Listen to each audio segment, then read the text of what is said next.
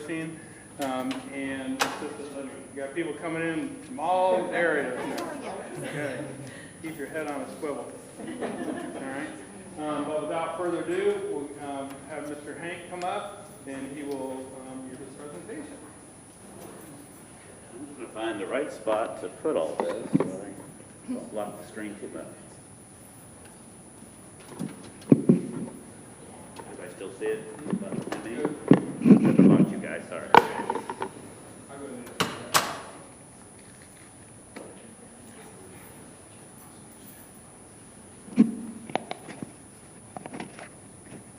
So,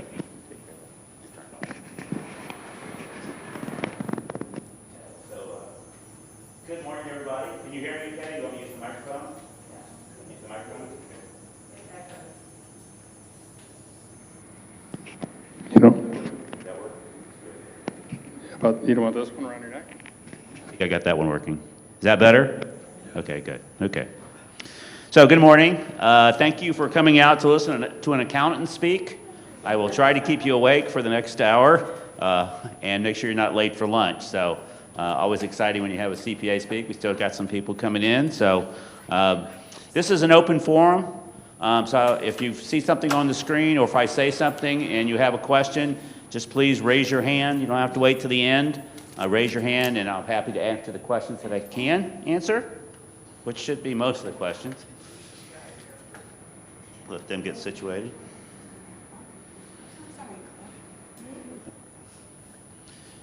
As Doug said, I am the Chief Financial Officer for Westminster Communities of Florida. I've been here for over 30 years. Actually, I've been the Chief Financial Officer for 30 years, but in 7 days I start my 33rd year with the organization. So I've been pretty much in this industry for the last 40 years. So I've learned a lot during that time, and that's my goal today, is just to share what your options are regarding retirement housing. And not sell you a unit. I'm not here for marketing. I know marketing doesn't like when I say that, but I'm not here to sell a unit. I'm just here to tell you about the industry and what's going on and what are your options and what to watch for when you're thinking about moving into a retirement community. I am a certified public accountant, and I did graduate from the University of Florida, and yes, it's been a slow 3 weeks, football-wise. So we'll just go right past that one really quickly. So for the agenda, we have types of retirement communities. There's basically 3 types. What to look for when you visit a community. So you're on your visit. I understand you have a tour today, so you'll be able to do some of that. After COVID, still probably going to remove these from the slides at some point here.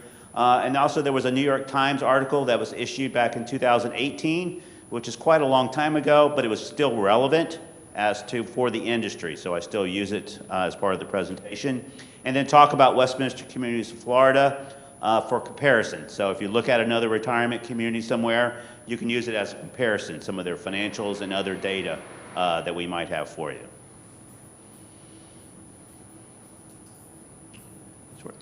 So types of retirement community. There's a life plan retirement community or a continuing care retirement community. Florida Presbyterian Homes, DBA Westminster Lakeland, is a life plan community or continuing care retirement community. Rental retirement communities, you might have seen these popping up all over the place before COVID. They usually have assisted living and memory care. Sometimes they have independent living. They should have been popping up all through Lakeland, really all over the country. And then you have HUD regulated retirement communities. We currently have 12 of those, and I'll talk about that because they are highly regulated by our federal government.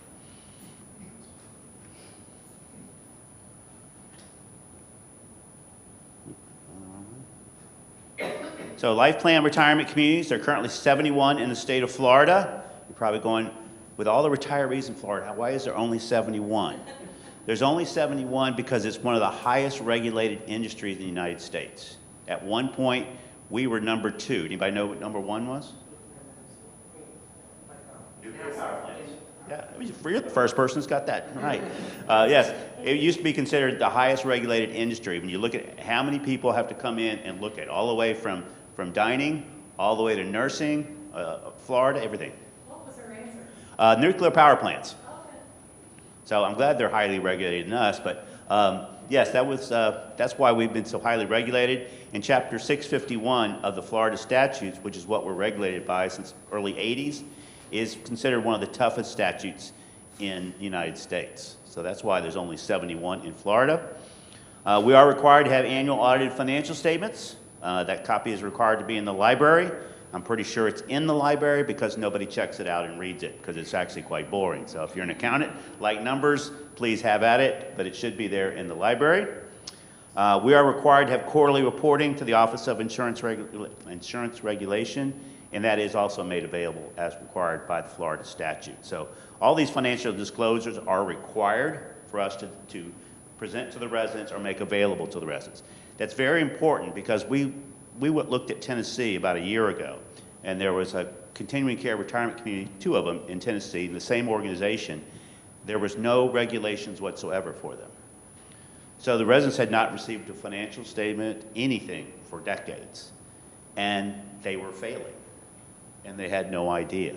And finally, some of the residents picked up and found their 990 tax return because they were not-for-profits and realized that the organization was having problems. So that's how it really got started for them. So we're very happy to have these regulations in here because it protects the residents and it protects the organization. So it's pretty tough. I've been involved in some of the writing of the statutes over the years, and we keep trying to make it stronger and better for both parties. And then we're audited by the Office of Insurance Regulation every 3 to 5 years. So from a financial standpoint, this gives a resident or their financial advisor the opportunity to look at the financials, see how they're doing, how they did coming through COVID, those kind of things. So very important when you're looking at a community. So in a life plan community, there's basically 3 types of residency agreements. There's a Type A, Type B, and a Type C. Type A has a higher entrance fee and higher residential monthly fee, plus some inflation adjustments that carries all across all levels of living. Basically what a Type A does is if you move in, you pay a higher entrance fee than Type B, but you also pay a higher monthly fee. But that monthly fee carries over to assisted living and carries over to skilled nursing. So on a Type B, you pay a lower entrance fee and a lower monthly fee, because when you move to assisted living, you pay a higher monthly fee, and when you move to skilled nursing, you pay a higher monthly fee. We only sell a Type B. Westminster Lakeland is only a Type B contract because we don't believe in residents paying for assisted living or skilled nursing that they might never use. So a Type A contract is a fine contract, nothing wrong with it. We just have the philosophy a resident should be paying for the care when they get there, not up front. Some people like the Type A. It's easier to budget because generally your monthly fee will go up on inflation, but you won't get hit with a higher assisted living and skilled nursing. So a Type C is a pure rental. Monthly fees, if your level of care changes, monthly fee will probably be higher than a Type B and could be higher than a Type A contract. So you have to look into that. So refunds. So refunds for a Type A or Type B residency agreements, there wouldn't be a refunds on a rental agreement because you don't pay an entrance fee on a rental community. Entrance fee refund typically for a traditional amortizes 0 over a period of time, typically 48 months. So in the residency agreement, first of all, if you're looking at a life plan community, you're going to be given a residency agreement. Ours is about 32 pages, something like that. And you need to read through that or have your attorney or a financial advisor look through that because that's really everything that we have to do. That's approved by the state of Florida. We can't change it unless the state of Florida approves the changes. So it's ironclad and it fits the regs of Chapter 651. So a traditional entrance fee basically amortizes, so 4% the day you move in and then 2% per month. So after 4 years, there's no refund. So a guaranteed refund, a little bit different, it'll be paid within about 90 days of move out of the community. So a guaranteed refund is a little bit different than a traditional. It'll have a premium added on to the traditional entrance fee. So an example of the guaranteed refund, the traditional entrance fee without the guaranteed refund is $100,000. Just use that as an example. If you wanted a 90% refund, at move out, you would pay an additional $70,000 or 70%. So that'd be about $170,000. So if you decide to move out, you get 90% of $170,000 or $153,000 when you move out. You would not get a refund on your monthly fee because we're incurring monthly cost for that. So we offer a 90% and 50%. Some communities also offer different percentages, so you have to ask them what percentages they do offer. So it all varies depending on what you do. Personally, I tell people I would not myself buy a guaranteed refund contract. I would take the 70% or the 40% if you're doing a 50%, and I would just put the money in an investment account and let it grow. Because I think at the end of the day, you'll get more money back at that rate. So personally, I would not do it. So we don't sell a lot of those.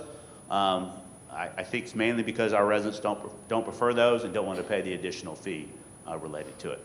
Some residents use it for estate planning. They have kids, they want them to get the refund.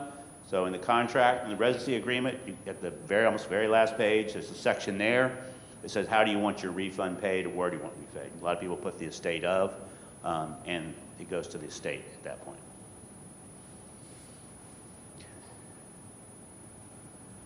And then under Chapter 651, and this is in Florida, it's not true in all states, we're required to have a reserve. It's called the minimum liquid reserve that's held by a trustee. It has 15% of our operating costs, 15% of our accumulated depreciation, and 1 year principal and interest. For us, that's about $65.7 million held in reserve. What that reserve is meant to do, if the communities ever got into trouble financially, the state of Florida would authorize the use of that fund based on a plan that's been submitted to the state of Florida. So it's meant to protect the residents and the organization going forward if something were to go wrong. We can only use the earnings off that fund, and like I said, only the state of Florida can go approve the release of that fund. We have never utilized this fund. We've just utilized the investment earnings off of it. We've never had to utilize that fund. So, in Florida, this is a term that's in Florida. So this is probably the most important section and the most overlooked section in the residency agreement. So I'll go ahead and read it to you because it's a little small on the screen.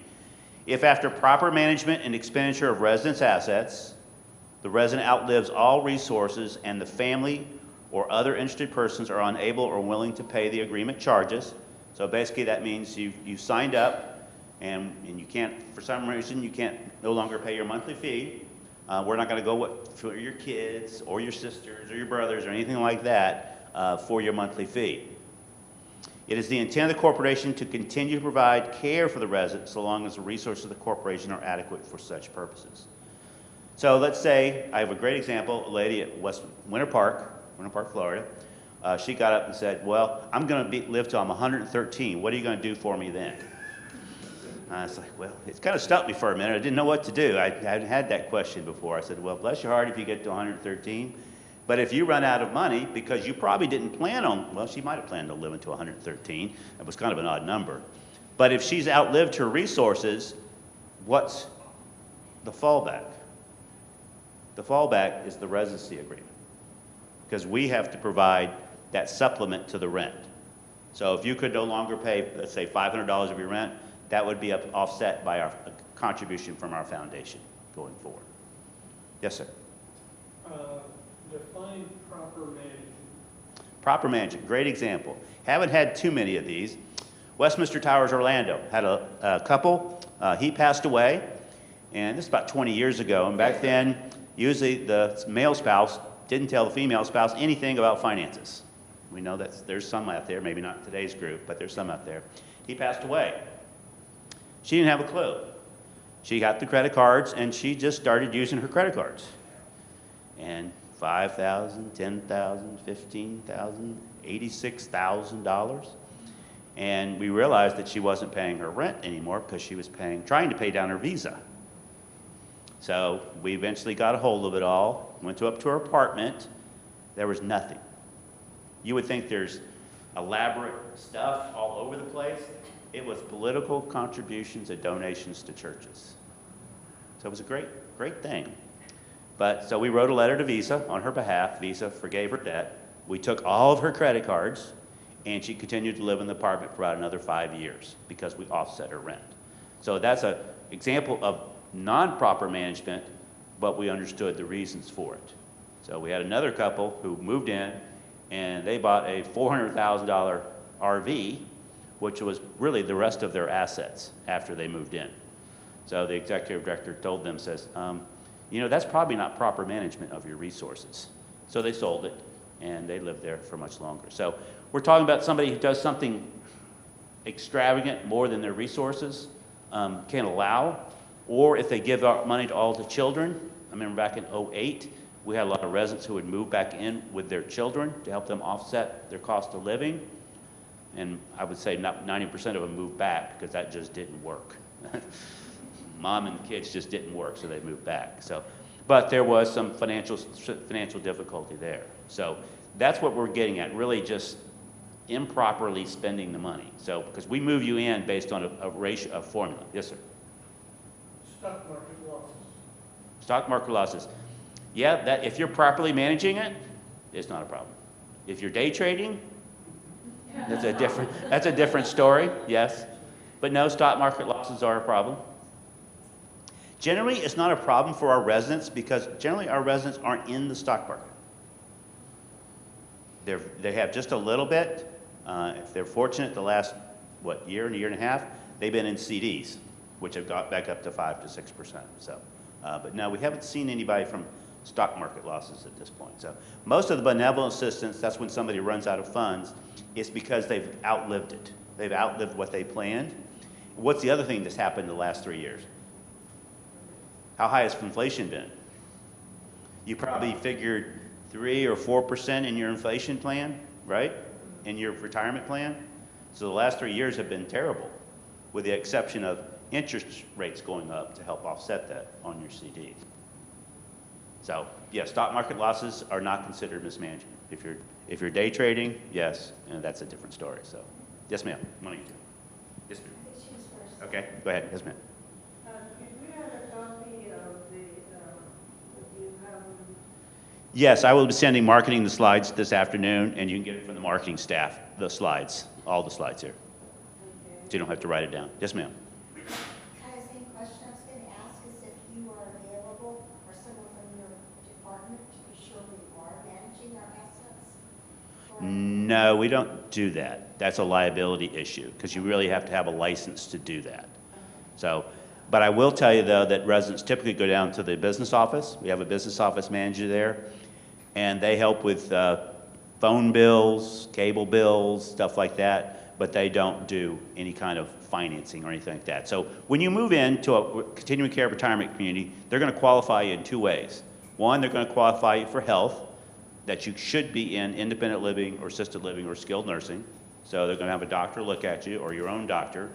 And then you're going to fill out a financial application. You're basically going to show us what you have in assets, if you have any liabilities, and then what you have for income. And then we do an estimate of investment income, which I think we use about 4% in investment income right now. And based on that, then we figure your monthly fee for independent living, if the unit you've chosen, plus we assume about $1,500 in other expenses. Okay, just personal expenses, whatever they might be. We ask the resident to actually fill out the expenses form because they might have more expenses than $1,500 above and above their monthly fee. So based on that, it calculates and says, all right, based on the entrance fee they were going to pay, they have X amount times the entrance fee. So let's say they have $500,000 in assets, entrance fee is $100,000. So that means they meet the first test because they're 5 times. And on the income, lately it's only been Social Security. We don't see that many pensions anymore, but every once in a while we see some. So the Social Security then usually does not offset the monthly fee, but the investment income will. So we look at both, and if you miss one of those tests, it's sent to me to review, because we find nowadays most people have a lot more assets and spending down the assets if they don't have a pension plan or something else to supplement that Social Security check. So there's a couple ways we look at it, so we know if you should move in, and if you can afford to move in before you move. Because we don't want you to go broke, because that's the worst thing for you, and worse for us, because we have to come up with benevolent assistance at that point. Yes, ma'am. Is that something you do on the Andrea when you talk about moving in? Yes. Yes. Yes. Yes, yes. So you can request a copy of it. I don't know if they give them a copy of that spreadsheet. If you request it, we do. Yeah. So if you request the spreadsheet, you can see it. It's a pretty simple calculation. There are some complicated ones, but we typically keep it very simple as to what you do. And you might see how it fits into your own financial plan. Some of you might have gotten elaborate and done a spreadsheet or something like that. But marketing's happy to give you some additional information for that if you have any questions. Okay. We have a $16 million endowment fund for benevolent assistance. We raise about $1 million a year in benevolent assistance. About 99% of that comes from our residents, our existing residents. So we have a large benevolent assistance fund. We do about $1.5 million in benevolent assistance, and out of 7,000 plus 7,000 residents, we have about 43 to 50 residents on benevolent assistance. Because once you move to assisted living, you're still on benevolent assistance, but once you move to skilled nursing, then we ask you to apply for Medicaid, and you'd be required to go into Medicaid. And people see that as a bad thing. I plan on going into the nursing home and getting Medicaid. Why? Because I've been paying in taxes for years. I'm going to get some of my money back going into nursing and getting Medicaid, because the nurses don't know if they're Medicaid or Medicare. They don't really care. They're just taking care of patients. So that's what I plan to do. So don't look at Medicaid as a bad thing. It's your money that you spent in for many years. So the other thing on this item is we do reserve the right to move a resident to either another community or to at least a smaller unit. We have never done that in my 32 years. So it's not good for the residents, not good for us. Generally find that if a resident was a couple, they were in a 2-bedroom, the one resident will generally just move on their own to a 1-bedroom, lowers their monthly fee, and lowers the size of the unit that they have, or they just want to change in units at that point. So, but it is not required to move. You will be required to move to assisted living once it's all been worked out with all the medical staff and everybody else and your family, that you need to move to a higher level of care at that point. Okay.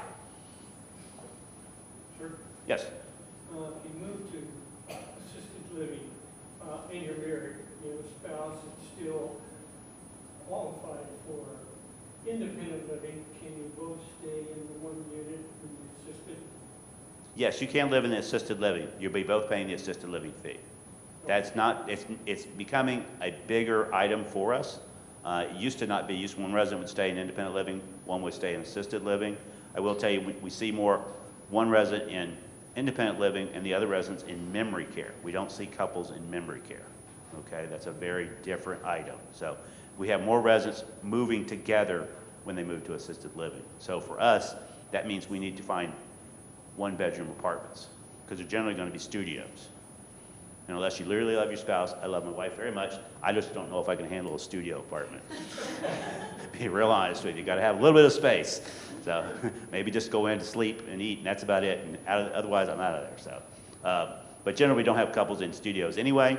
But yes, you can move together. That's not a problem. And pretty much throughout the industry, they're all doing that. That's not uncommon anymore. So basically, that means if you run out of funds during your stay and you have that entrance fee agreement, we're not going to ask you to move out. A rental retirement community where you just put a $1,000 deposit down and you can't pay your monthly fee, you'll have maybe 30 days to get out. And that's it. They do not, there's no requirement for them to do it. We are required by the state of Florida to do it. So it's a big difference between a rental and a life planning community. Yes, sir.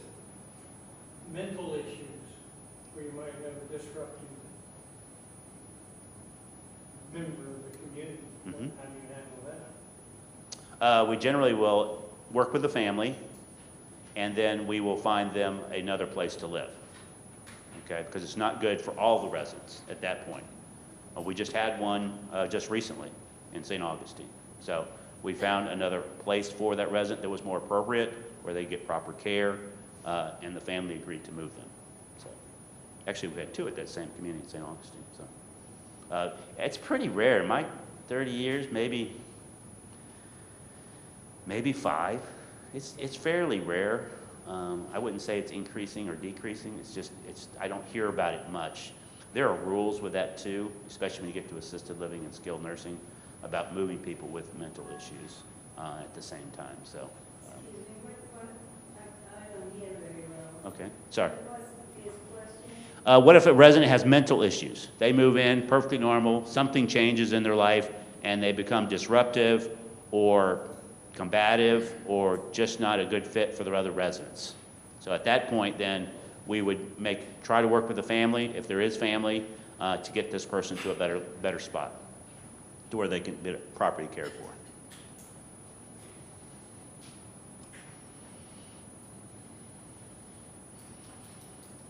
So I talked about, if you've run out of, because you live longer, which is a good chance of that, and these days, and then the high inflation, because some of you, if you've looked at your retirement plans and your projections, you probably notched off a year or two because of that high inflation that we got hit with. So hopefully this year we'll stay at that 2.5, 3, which would be good. Okay, and then a portion of the entrance fee paid is deductible.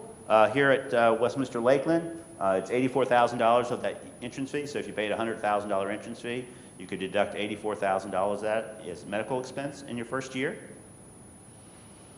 If you paid $83,000, you could only deduct $83,000. And it's only a one-time deduction. I've had a resident who called me 3 years after they moved in, and they took the whole entrance fee each year. I said, well, you need to find yourself a CPA pretty quickly because you've got a little problem there with that. So, yes, ma'am. You mean even if this is, you're independent living and really healthy? Yep. You take this? Because you're prepaying medical. You're prepaying for assisted living because you get discounted fees in assisted living and you get discounted fees in skilled nursing. So you're prepaying for medical care when you move in.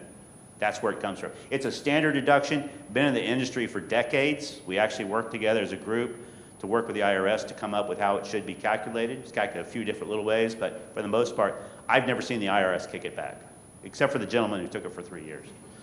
Yes, ma'am. Is this factor itemized deductions to do this? Yes, it's included in your itemized deduction. So you might not get it all, but you might get some. So it does vary by year. So if one year I've told you it was $84,000, here in a few months it might be a different number. It probably will be because it's based on the operating cost of the community. And then a portion of the monthly fee is also deductible. So here at the community it's 39% currently. So the monthly fee you're paying in independent living, we assume that 39% of that is related to medical. And once again, it's a set calculation that changes each year. So you get some medical deduction, and yes, it's the itemized deduction going forward. You can take that every year, right? Yes, this one you can take every year, and you'll be fine. So obviously, when you move to assisted living, if you don't already know this anyway, assisted living is generally going to be a much higher percentage. I personally believe it's 100%, because I don't think anybody moves to assisted living by choice. So I think it's 100%, so it's a much higher number than the numbers I've shown you here, the 39. And then skilled nursing is definitely 100% deduction. So rental retirement communities, generally going to be a for-profit organization. Not too many not-for-profits do rentals. Probably publicly traded or a real estate investment trust. You can always look at their stock prices if they are publicly traded. You can get financial information, hopefully, from them on the web if you're trying to see how they're doing financially. What I've found for generally the rental retirement communities, they're usually going to be limited liability companies, LLCs, or REIT or something like that, and it's much more difficult to get financial information on that community. If they are publicly traded, they're going to have much higher profit margins. I would say more in the 10 to 15% profit margins, where a not-for-profit is going to generally be 1 to 5% operating margin at the end of the day. And basically, what does that mean? For them to get to be 10 to 15%, they either have to provide less services or charge you more. It's just that simple. So, and then for a for-profit, generally they will be bought and sold a number of times. It's generally 7 to 9 years. They will turn the building over. They will sell it to somebody else. So if you've moved into a rental retirement community, how has that affected you? Did it just sell and they have new management? Or are they for sale currently? That's one of the questions you can answer. You can ask the marketing staff, are they currently for sale? Or when's the last time they sold, if they even know? So they might not know. But generally, it's going to be 7 to 9 years they're going to turn over. And mainly, what happens there is what you've been used to is probably changing, because the new management's coming in with their management style, their menus, whatever it might be, going forward. And also with rental retirement communities, they have very limited regulations unless they have assisted living. So they have no Chapter 651 of the Florida statutes. They have none of that. They have assisted living, they have regulations, but generally not. They generally don't have skilled nursing on site. So you'll probably see more life plan communities with a smaller skilled nursing at the same time. So there are some, not in Lakeland right now. We do have 2 communities that do not have skilled nursing, but the skilled nursing is about a mile away from the communities, and we provide bus service back and forth. Skilled nursing has gotten a lot tougher since COVID, a lot more expensive because the nursing costs have almost doubled from where it was. There's still the shortage allegedly coming forward in 2034. I think it's supposed to fix itself by 2034. And so you're starting to see a lot more skilled nursing not being built. So we'll see where that ends up. Rental retirement communities have no required reserves. And then once again, there's that requirement. There is no legal requirement that if you run out of money, you have to leave. So as you look at that and you decide to go to a rental route, really do the math as far as, okay, how long can I stay here at this community? What if I live 15 years? What if I live 20 years? You know, what age am I moving in? Because you will be asked to move out. So a HUD-regulated retirement community, regulated by HUD in all virtual aspects, required annual audits, generally could be a not-for-profit organization. Rent is controlled by HUD, and your rent could actually prevent you from moving in because there are Section 8 and housing vouchers for those units. So if you have too much income, you might not be eligible to move into those kind of communities. They provide basic housing and virtually no services. This is a program started by HUD probably well over 50 years ago, basically to take care of senior adults, anybody over the age 62, to provide them safe and affordable housing. So basically a resident will pay 30% of their income to live in this community, into a HUD-type community. So great buildings. We have 12 of them around the state of Florida, none in Polk County, but they provide a good basic service for a lot of residents. So what to look for? Ask to speak to a member of the resident council or to residents as you pass them on your visit through the community. Please make sure you do visit the community. And if you do see residents, ask them, you know, how's it going? You know, what was it like? You know, how's the food? All those kind of things. Make sure you tour the community, which you're doing today. Look for needed repairs or out-of-date surroundings. You want to ask the question, hey, you know, what's the schedule for this? How much in capital improvements did you do last year? Those kind of things. No example, then the great example I give is you walk in your front door every day, but you don't see the paint peeling. But your best friend walks in the front door and says, you know, your paint's peeling on your front door. So sometimes we don't even see it. So it's good to make sure you're looking for that. Because if there is a lot of repairs that looks like it needs to be done, there might be a financial issue there. Maybe they don't have the funding to do that.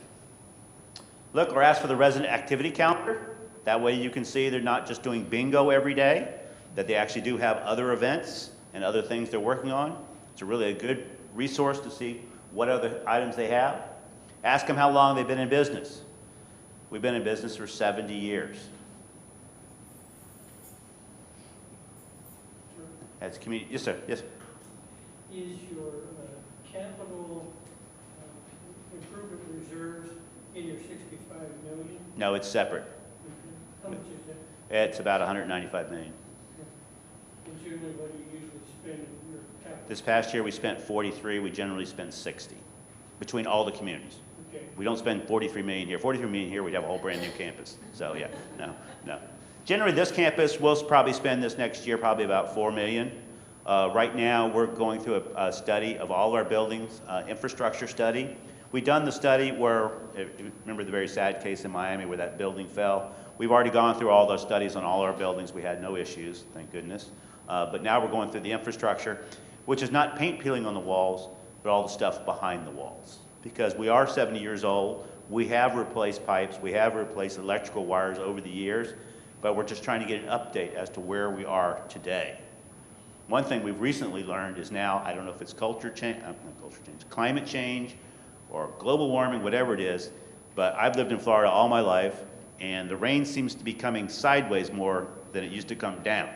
So we're finding that maybe we need to waterproof our buildings every 6 to 7 years versus 8 to 10 years. So because it's more of this than this. So just one of the things we've learned over the years. So CapEx also, I'll talk about in a minute, does not come out of your monthly fee for our organization. So it's very important you ask that, because our budget philosophy is basically monthly fees cover monthly operating expenses. So they'll cover repairs to a community, but if there's capital improvements, like we redo the lobby or something like that, that comes out of entrance fees and reserves. So new entrance fees will cover the debt and cover capital improvements. Now for any of you in a condo, you might be running into that right now, especially if you have a beachfront condo where they're getting all the big assessments for all the capital work that has to be done, related to some new legislative items that are coming through. We don't do that. We don't do special assessments. Generally, the industry doesn't do special assessments of any kind. It's built for in the reserves. So.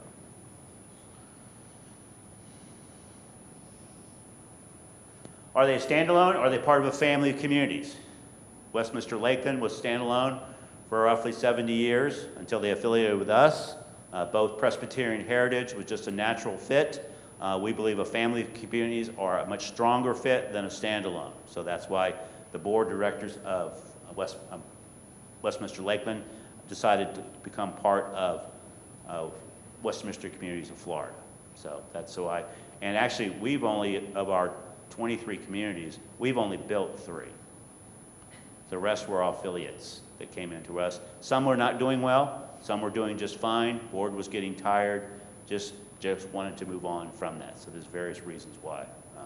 Good examples, one in St. Augustine, it went through bankruptcy twice. And then we bought it out of the second bankruptcy. So a great spot, just built too early, and they just didn't have the move-ins coming from there. But a side story to that is that in their second bankruptcy, which they were required by law to hand potential residents the bankruptcy notice, they sold 16 entrance fees to residents during the second bankruptcy. Just broke my heart. I was like, you realize you'll probably never see that money again because you didn't look. You saw a bright community, you saw a lot of activities going on, but you didn't look and see how are they doing financially. And it's so simple because it's right there. But some of you might not have, I love numbers. Not a lot of people like numbers. But you might have a CPA or a friend or a family member who's good at numbers.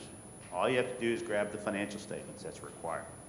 So, and this other side note is we did hire that marketing director because he was really good to sell 16 entrance fees during bankruptcy. So and he's still with us today, doing quite well. So, but it just, you really got to look for things like that. You've got to grab those financials. Like I said, required by law to give you that bankruptcy notice. There's none in bankruptcy right now in the state of Florida. Okay, that's all done for now. So, but they're also required to give you those financials. And there's some other disclosures required by the state of Florida if their financials are declining. So Chapter 651 was built in, changed last 5 years to use more ratios and financial ratios to say, okay, now you've got to pre-warn a resident that this thing is going on, or you're on administrative supervision, or. And then ask for a 5-year history of annual monthly rate increases, because you need to know how to budget for it. Because your fees will go up each year. There is no cap on fees. One of the communities we acquired got into trouble because they looked at the IRS tables 20 years ago, and it said the IRS table said you would be dead at 73. So what happened? So as a resident went past age 73, they quit having rate increases because they think you're going to be there. So sure enough, they had a bunch of 80-year-olds and a few 90-year-olds living there, and they couldn't make their bottom line because the residents weren't paying enough because they were outliving that age 73. So kind of a crazy thing, but eventually the residents agreed over 4 years to increase their fees to what the rates needed to be for that community, and they're still out there today. That's Suncoast in St. Petersburg. officer. Uh-huh. What is your average monthly rate increase been over the last 5 years and then in the last 2 years? Last 2 years here at Lakeland, Lakeland was 9 or 10 last year. No, the year before was 9 or 10. 10, and this past year was 6, 5 or 6?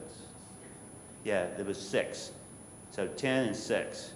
So we were generally, as an organization before Lakeland, we were generally 7, 8, maybe a 10, but generally in the 7 to 8 range. Because what was happening during that time? COVID and personnel, staffing cost. Because all the staffing costs went up during that time in all departments. Maintenance, everything went up. And we had to pass those costs on through. So generally we were about 3 to 4% before then. And we expect, right now we're in our budget cycle, we're in April, first year in, and we're using 3%. We'll see if that holds. So the 3% would be the increase. Yeah. 24, 25? 25, 26. 25, It starts April 1st, 25. Also, we've never done an interim increase in rates. We do them every April, so that's another good question to ask is when do you increase the rates? Have you ever done a special assessment or ever done an interim increase in your rates going forward? They had a few CCR, life plan communities in the state who did interim increases, but not too many. Generally because we have strong reserves and we didn't need to, so. Additional things to look for. It's community regulated by a local or state agency. We're regulated by the Office of Insurance Regulation, or ACA, who regulates the nursing homes and assisted living.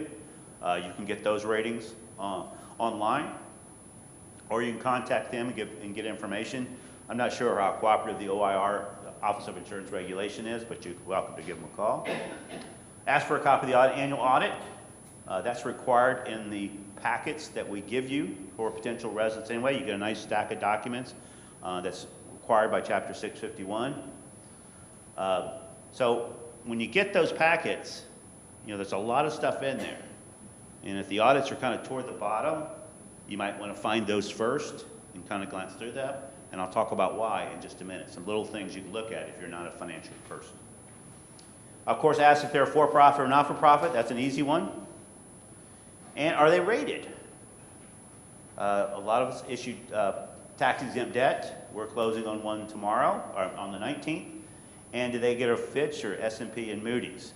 The good thing about the ratings is these are independent outfits. They rate companies all over the world, and they give a good financial summary of what's happening. So is the community A, B, C? If you find a C, be careful. B's, look a little harder. We have an A- rating. There's about 35 in the country that have that A- rating from Fitch. And ours was just renewed in August for our bond issue, so it stayed at A-.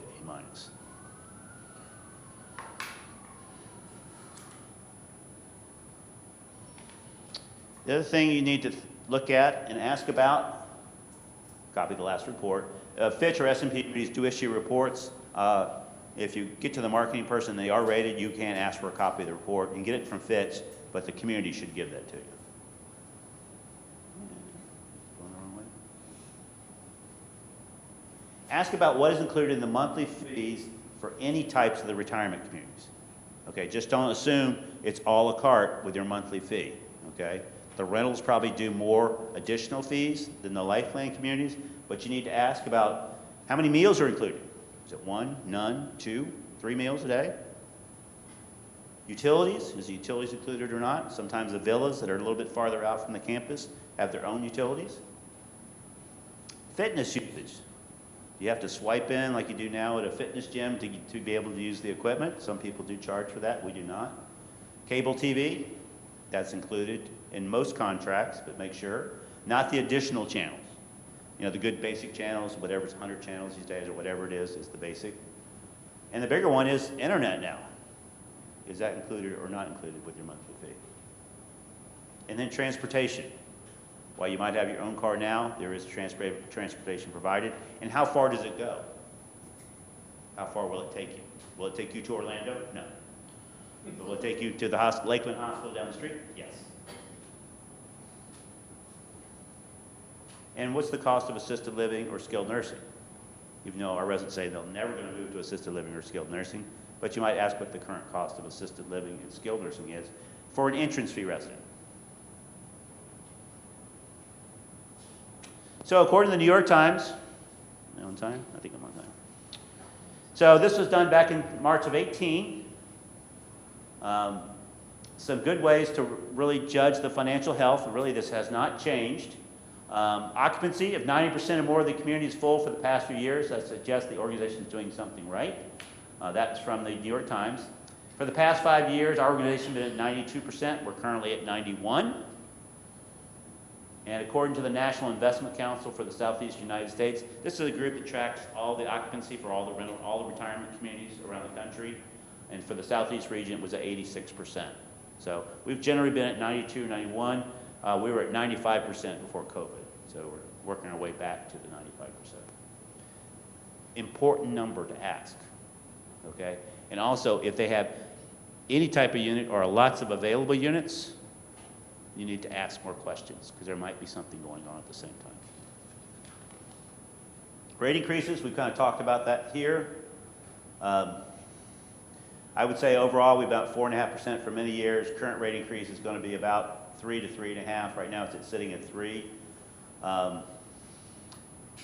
But with inflation and all that, it's kind of gone away now. We were at 6 to 10%. Generally, the industry was at 6 to 10% for 22 and 23.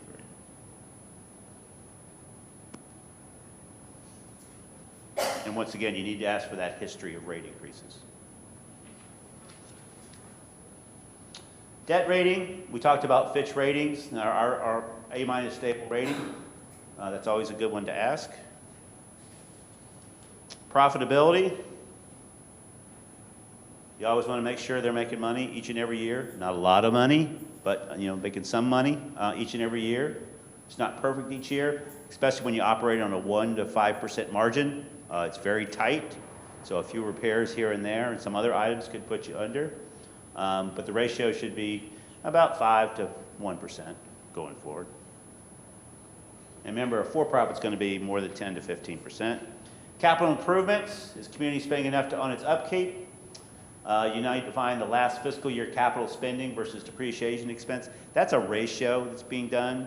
I'm not really big on it because it doesn't work on a brand new building. It means nothing. On a 7-year-old building, it means something else. So last fiscal year was one of our lowest at 104%. We did about 42 million, really just an off year for us. But this year we're going to make up for it with a lot of capital improvements that we have coming forward. So we just borrowed, on the 19th, we'll borrow about $50 million of new money, all fixed, to do a lot of capital improvements throughout our campuses. So that site visit is really important. As you walk the community, look around, see what it looks like. I even do it when I come here. I know the community's hate it.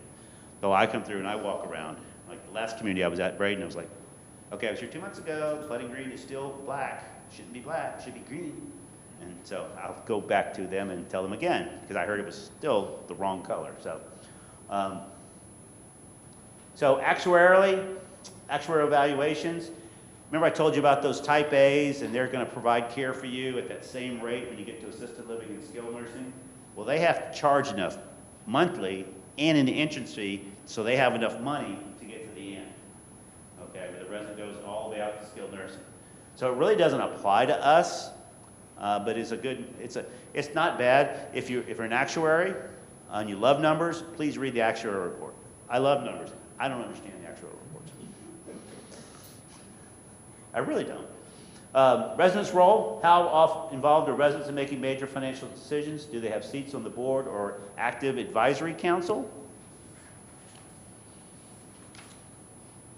For us, residents generally are not, well, pretty much throughout the industry, residents are not involved in making major financial decisions. Residents do participate on the redevelopment committee, dining activities, and numerous other committees for their community. We do have a voting member. This is our first year that we've done that. We have a resident who's on our board of directors as a voting member. And we do have quarterly meetings. It was monthly during COVID, if not bi-weekly. with all the resident council chairpersons. Each of your communities have a resident council. They have a chairperson that represents the entire community, and they all meet together quarterly at the present time. So very important, but I'll go back to this slide if I can. A lot of the items we talk about financially, we're required under 651 that when we prepare the budget, we have to present it to you, to the resident council representative, and then it's presented to all the residents before it goes into place. We have to give you 60-day notice of what the increase will be. And at that point, the residents have choices to speak up against it or for it or whatever it might be. Chapter 651 still gives the community the choice of what the rate will be. Residents have input and knowledge about it, but if you look at all the other items that they have, they're participating on the redevelopment committee. So if we were to build something additional on this campus, we would go to the redevelopment committee and say, hey, we're going to build this, you know, show you the plans, show you the designs, and we probably make a little bit of changes from there. Activities, most of the activities are planned, or not planned, but asked for by residents. And the activities directors will operate those or organize those for the residents. In dining, approximately 30% of the meals are selected by the residents. It's usually by a food committee.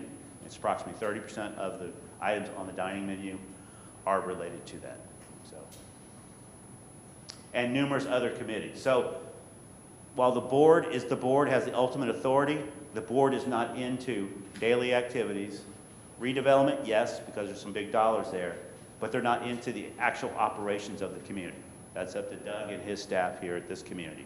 And that's generally how it is at each life plan community across the state of Florida. That's changed over 30 years, I assure you. It used to be, we controlled it all, and then, I don't know, 20 years ago, we decided that's just dumb, and everybody started moving to says, what do the residents want to do? You know, you want to play bingo every day? Fine. If you don't, then let's come up with some other activities.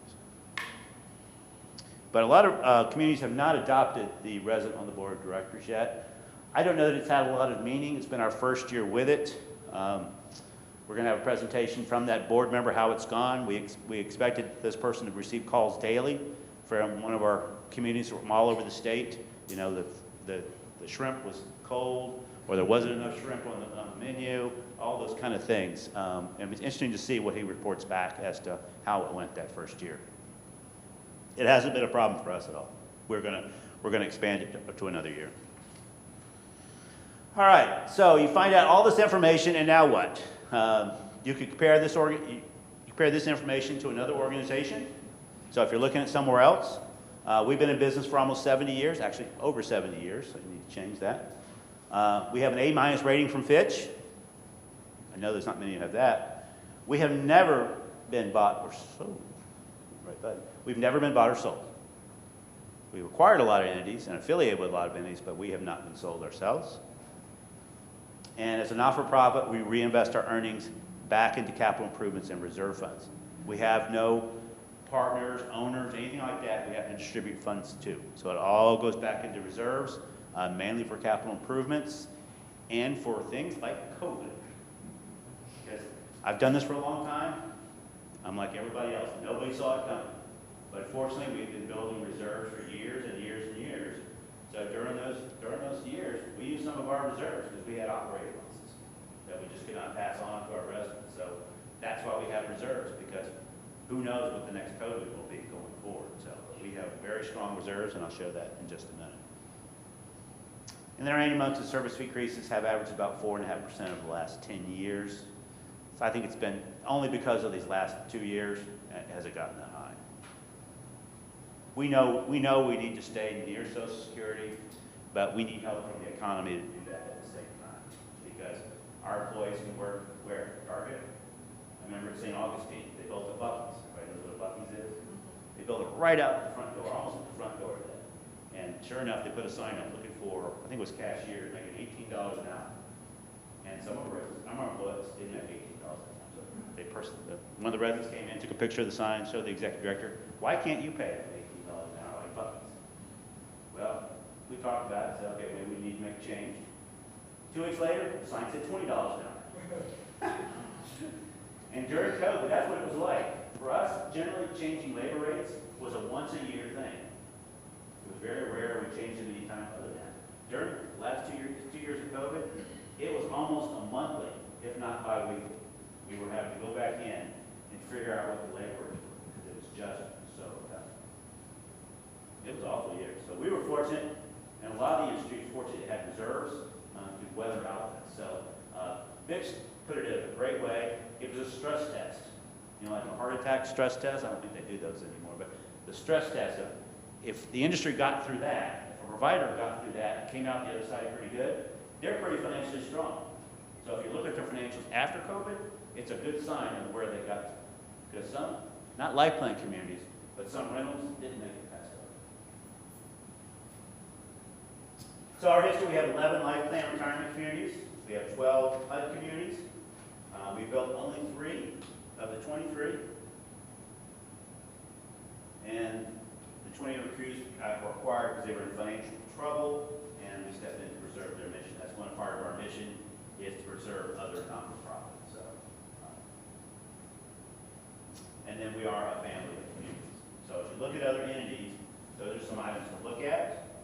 And now for some numbers. As of March 31st, 2024, which is our year end, our total assets were $865 million, total liabilities were $742 million. If you don't remember anything else I told you today, nothing else, it's always good when your assets exceed your liabilities. Okay? So if you don't have to read your financials at all, find the page that says total assets at the bottom, and find the other page that says total liabilities at the bottom, and see what the numbers are. I'm not making fun of anybody, because I know not everybody's financially savvy, but that's a big sign. Okay? If it's a brand new community, it's probably flipped, because generally there's startup costs, things like that. But generally, you're going to find a strong community that's been around a while is going to have those kind of numbers. So we have reserves of $198 million. When I did this, that's about $199 now in total reserves. Capital improvements at 43 and $59 million budgeted for this current fiscal year that we're in. And the next one will probably be closer to 70 to 80 because we have so many projects going on. Not expansion in existing campuses, sorry. And here I talk about our budget philosophy, which I talked about before. Monthly service fees do not cover capital improvements. Very, very important. We get that question a lot. The lobby's being redone. They come up to the executive director, why are you spending my money in the lobby? It looks just fine. That's not how it works. Entrance fees, capital improvements, debt service, and if we do not increase our monthly fee for special assessments for capital improvements. We also don't budget for contributions or investment income. We receive about $2 to $3 million in contributions every year. Investment income since the year 2000, I just gave up because it was going all over the place. So I said, we're just not going to budget. Oh, I'm sorry. I apologize. Interest fees used for capital improvements and debt service. We do not increase the monthly fee for special assessments or capital improvements. And then we do not budget for investment income or contributions, which we receive $2 to $3 million a year in capital contributions. Investment income could be negative 1 year, could be positive 1 year. It's that great number that some of you might have, unrealized or realized gains or losses. We have a lot of unrealized gains on our investments currently. So our strength provides the residents that will be here, assurance that will be here for many years, that will provide quality services each and every day, and that we continue to reinvest capital dollars back into our communities, and that our employees we recognize for their hard work and dedication to our residents. So we spend a lot of time, spend a lot of money on our employees with benefits and pay and other programs, very much because we need them very much. We have about 2,800 employees. So we encourage you, before you make a decision, do a little homework. Definitely speak to the residents at the community. That's a given, okay? Tour the community, which hopefully you will do today. Ask the community if it's regulated by the state or federal agencies. You can get that information. Sometimes you can just get it online without having to go to them.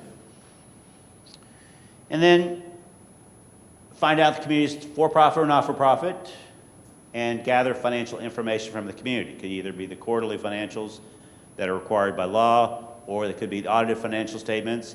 If they don't want to give you a financial statement, just thank them for lunch and move on. Okay, that's not a good sign if they won't give you the financials, okay? And then you can compare our financials to theirs. We were happy to give you our audited financials. We have no qualms about it. You can take our audit financials and compare the numbers to somebody else if you like. And then seek outside help if needed. I don't want you to be one of the 16 people that bought an entrance fee in St. Augustine from the double bankrupt community. So make sure you spend some time doing that. I would say probably the best outside help, I don't know, it would be your tax CPA. It's a good financial person, but I don't know how much they really know. So you could talk to our marketing person. If you need some additional information, I've had, I think, 4 residents in the last 3 years who called me directly. They were looking at a community in Maine. I knew nothing about Maine. But if you send me their financials, I'll take a quick glance at them. So if you never even help, just contact our marketing staff and they can contact me going forward. So now's a good time to make a move to a retirement community. The interest rates are going to drop here. It's either 1/4 point or 1/2 point, one of the two, which is going to bring buyers back into the market again. So it might be a good time to think about getting that good price for your home. Home prices are still up there, especially in Florida. They're a little bit off their record highs, but with the interest rates coming back down, there should be more buyers back out there. Interest rates are starting to come down, and retirement communities are offering discounts to fill units. So it's a very good time. And then our residents feel they are safer in a life plan community than when they were in their home. That was generally the result after COVID. They hated COVID. We all hated COVID because we had to shut everything down. I'll just go ahead and say we had to shut transportation down. Meals had to be delivered to the units, the apartments. There was no community dining. All that was shut down. And it was all done with our staff and the residents deciding what to do because we just all wanted to be safe. So that's what we did. We had guards at the gate, which is almost impossible at this community because there's like multiple gates, and there were hardly any visitors. So that's just the reality of COVID because visitors do what? They could bring in a virus. So it was tough for our residents during that time. So the only other thing I would tell you is that all the communities, I don't have a slide on it, but there is a wait list deposit, and marketing will talk to you about. It is not a required item, but basically the wait list deposit will guarantee you, not guarantee you, but put you on the list for a unit. So let's say you've looked at the units, and they don't have a 2-bedroom looking over the lake today, but maybe down the road they will. So I'll put a deposit down on that. So it's $1,000 per person, fully refundable by law, but held in a trustee-held account. There's no interest earnings on it, so sorry, you'll lose a little bit of interest on it. But a lot of you will say, oh, I like the community, I'm just not ready. And generally we get that a lot. So 7 or 8 years will go by, or a few years will go by, and then you're ready, and you didn't put a deposit down, so that unit might not be available. You might have to take a studio or a 1-bedroom because you didn't put that deposit down. And then with us, you don't lose your place. So let's say you put a deposit down, you're number 10 for that one apartment. And a year later they call you, you're now number 5. And you say no, you're still number 5. You still work your way down the list. So you could be number 1 for a few times. They'll call you, you'll say no, and you'll stay at number 1. You won't lose your place on the list going forward. So a lot of communities do that if you want a very specific unit. So it's just something to think about. So it really costs you a little bit of interest on $1,000, but I've known a number of people I've told to move in. They decide, oh, I'll wait, and they couldn't get the unit they wanted. So they settled on a different unit because they needed to move in at that point. So it's just something to think about. Any questions? Yes, sir. Multiple question. On your bond issue, is it a secured bond issue, say with your real estate? Or Yes. anything else? Real estate and revenues. Real estate and revenues. How is the bond secured? It's secured like a mortgage. It's a mortgage and that. Yes, sir. Yes, it is. And rate? The rate on the current bond issue is going to be 4.53. And duration? 35 years. All of our debt is fixed with the exception of a line of credit, which is always variable rate, but it's all fixed. This will push our interest rate overall on all of our debt to about a little over 4% fixed. So I don't like variable rate debt. I've never had it. I've generally used the rule, or we have used generally the rule, if it's under 5%, we go, because that's a really good rate. Yes, sir. Were you talking about reserve? Was that the corporation or this place? Corporation. Okay, I thought Yeah. No, Florida Presbyterian Homes was financially strong when we, Westminster Lakeland, when we came in. It was really more the board saw the opportunity or said it was just time to be partner with the organization. And that's not unusual in the industry right now. So, consolidate, accounting, finance, and generally, the back office stuff, things like that, and then provide the management tools that are needed going forward. Because it's hard to be a standalone, so. Any other questions? Yes, ma'am. Most people would be coming in as to the independent area, but can someone just come in if they need the assisted living? Yes. Yes, they can. Yeah, the question is, can you move in? Can you move in an independent living, assisted living, or skilled nursing? Yes, you can. There's no entrance fee moving into skilled nursing. Okay, we just don't do that. Nobody really does. There's no entrance fee paid. You just pay the rental fee. In assisted living, generally you could pay an entrance fee, or you could just move in as a rental. Here at this community, I think we're accepting rentals and assisted living. So yeah, you can do that. And generally, life planning communities will do that. We generally don't rent independent living units. It's not our business. We're not into that. We would rather sell the entrance fee on that, because that's the type of communities that we are. Yes, ma'am. What is the cost for skilled nursing and just Do you guys know? Cost of skilled nursing? If for residents, entrance fee residents.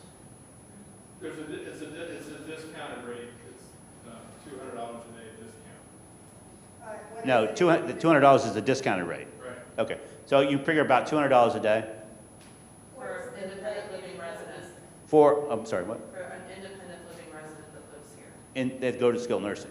Yes, if Yes. they go to skilled nursing.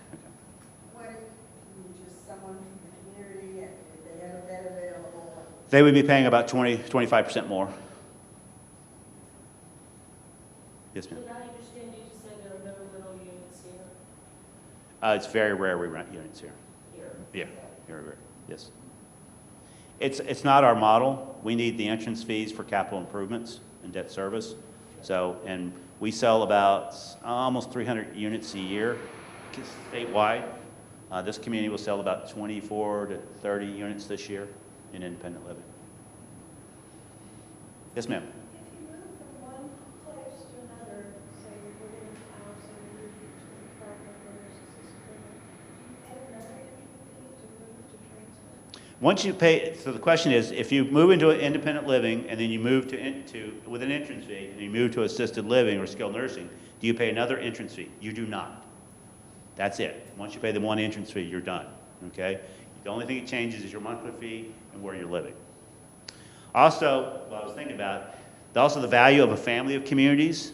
Once you buy an entrance fee, you could actually move to another community. So if you're following your kids around, which I'm sure they love because they love babysitters, but you could follow your kids, and we have 2 residents currently that have done that. They've moved 3 times, and it didn't require additional entrance fee because they stayed in a similar unit. They went from a 2-bedroom to a 2-bedroom. Yes, ma'am. How long can the wait list go? How long can you be on the wait list? For a long time. Yeah, and we have such a great variety of apartments and homes and duplexes available right now. There's really no need for a wait list because we do have availability with all different types of Currently. living currently. Currently. Yes. And the other thing I wanted to mention too, because Hank had said get on the wait list. Typically, our Lakeview apartments, it's very rare that we have a direct Lakeview. Those go to residents that currently live here.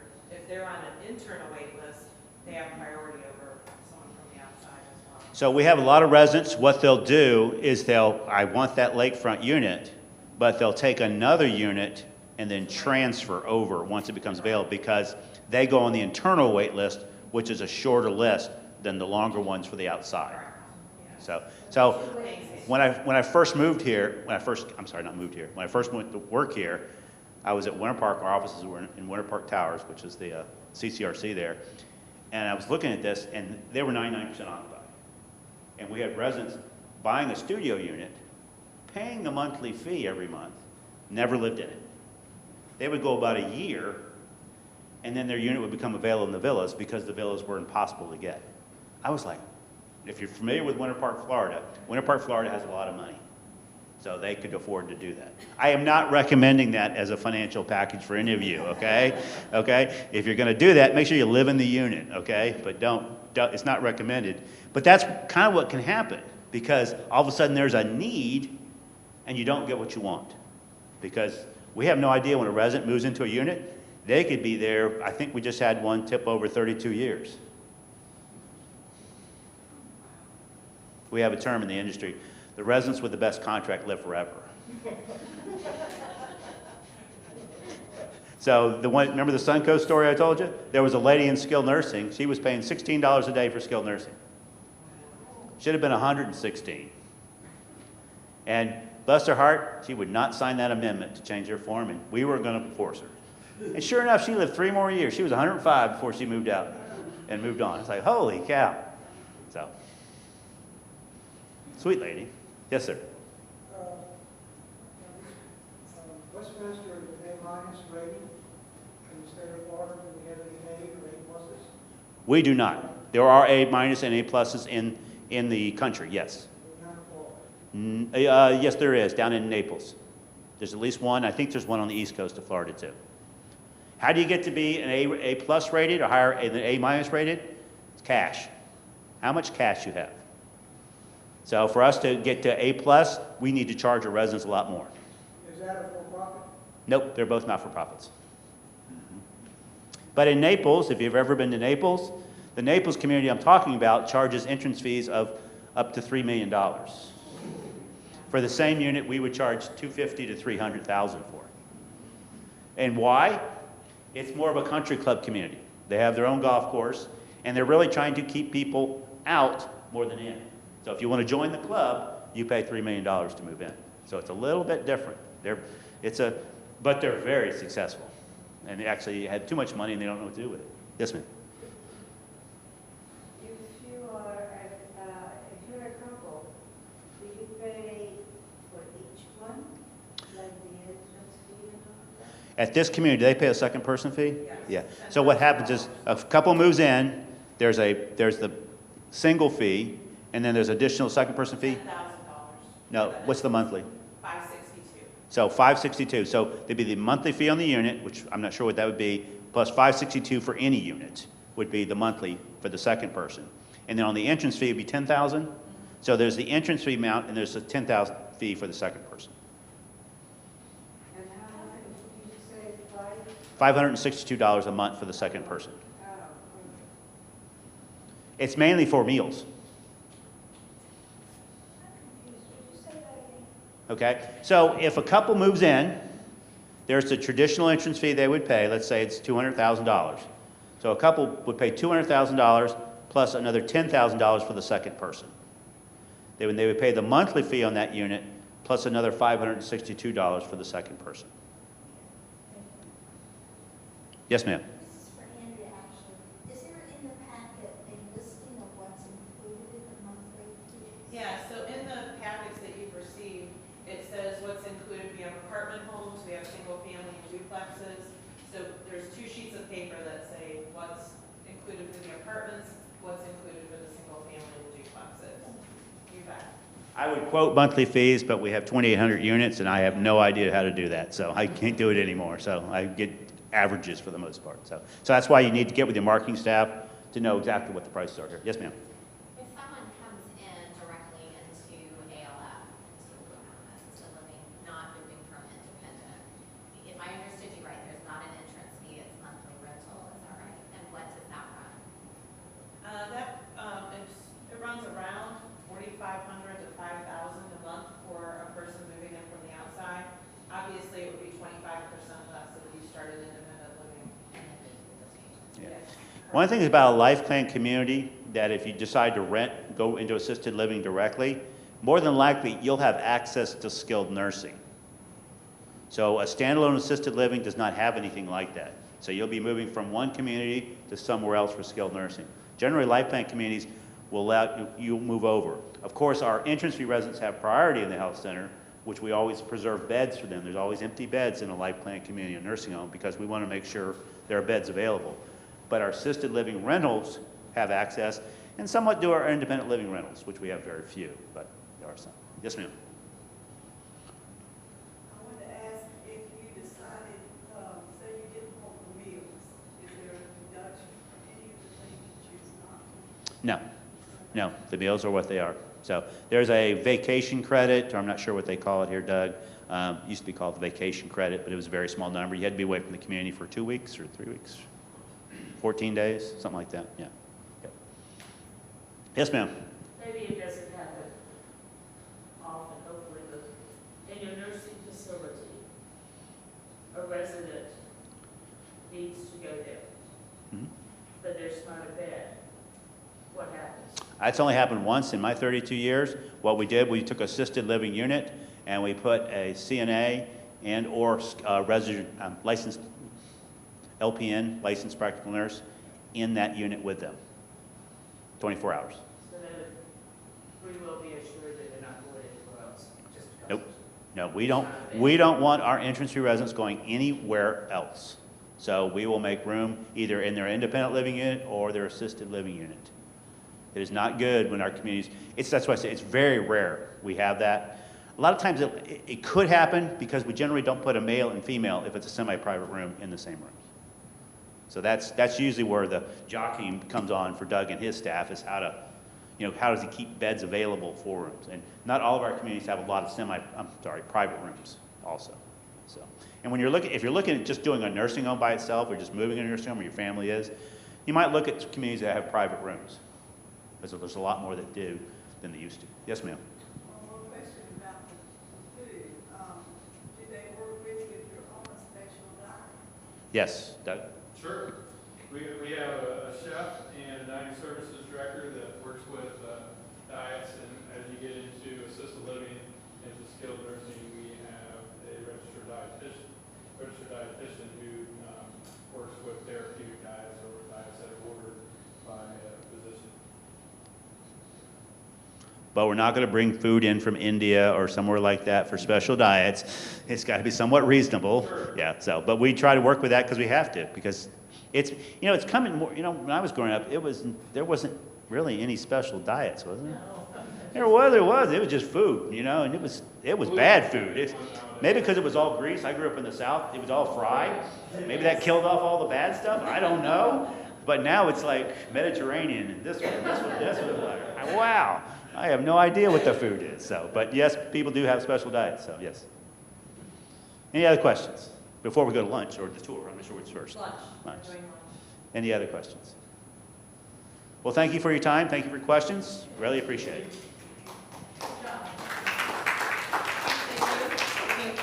you for coming and Absolutely. partying so much. Did anybody learn anything today? I hope so. I sure did. But so what we're going to do today, we have we're going to do the door prizes now. So we have,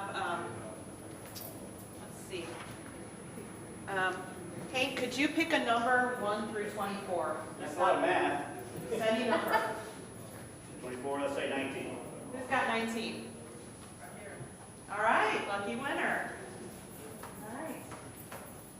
How about you, Doug? Will you pick a number, not 19, 1 through 24? 22. 22. All right. All right. Maybe lower numbers, okay. All right, I'm going to pick number 7. Who's got 7? All right, Linda. All right, everybody's got. So we've got some door prizes.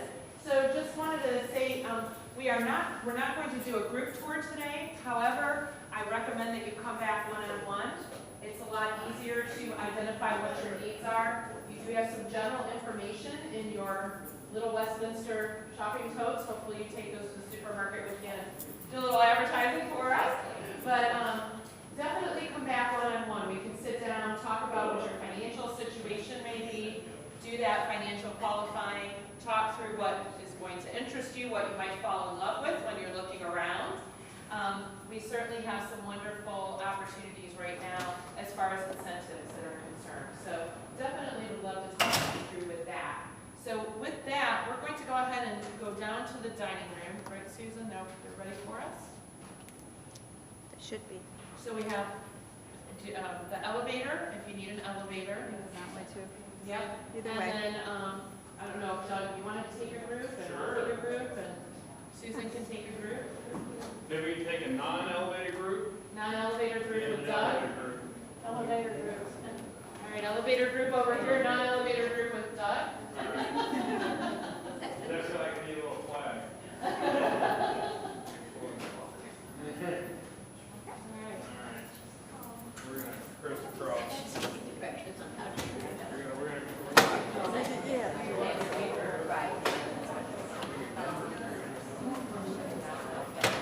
All right, and Susan will be in the elevator. That's the non-elevator. Non-elevator that way. That was, yes.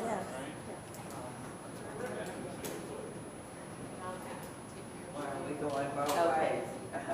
This is elevator, that's non-elevator. I was taking the scenic route on the way in, some gentleman. I don't know where I was. So what you want to do is take over here.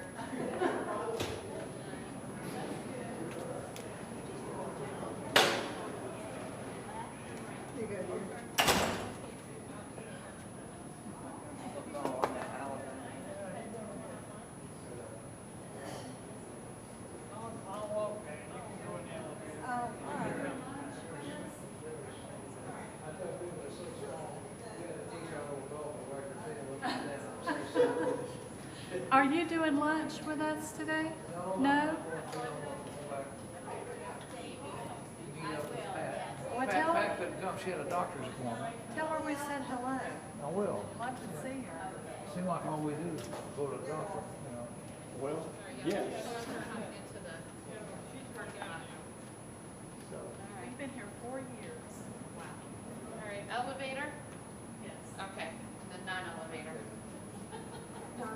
Non-elevator.